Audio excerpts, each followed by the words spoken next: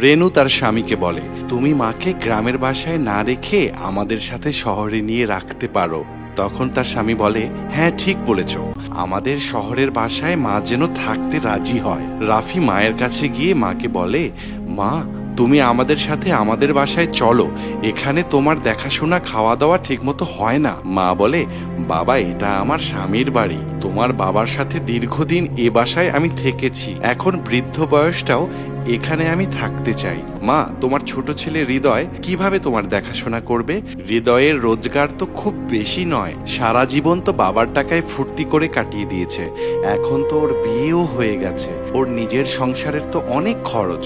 কিন্তু বাবা তুমি তো শহরে থাকো, হৃদয় যেমনই হোক সে ও তার স্ত্রী আমাকে ও আমার এ সংসারকে দেখে শুনে রাখে। মা বাবা যখন জীবিত ছিল তখন হৃদয়ের সব খরচ বহন করত, এখন বাবা নেই, তুমি কতদিন তোমার পেনশনের টাকা থেকে হৃদয়ের খরচ বহন করবে বলো? সে তোর মতো শহরে থেকে টাকা রোজগার করে না, কারণ সে আমাকে ও আমার সংসারকে ছেড়ে শহরে যেতে চায় না।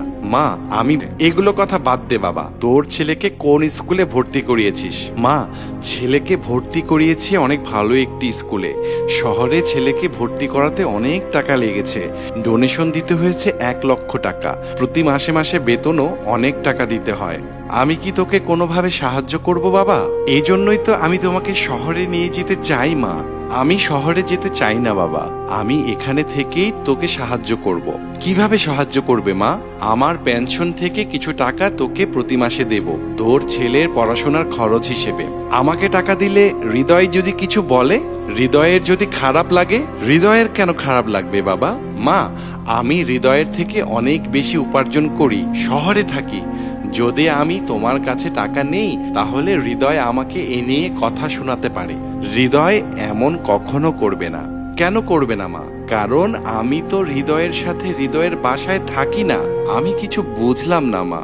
হৃদয় এখনো আমার স্বামীর বানানো এ বাসায় আমার সাথে থাকে, এজন্য এখনো তার মা ও বড় ভাইকে সে সম্মান করে, তোর মতো সবকিছুর হিসেব সে রাখে না।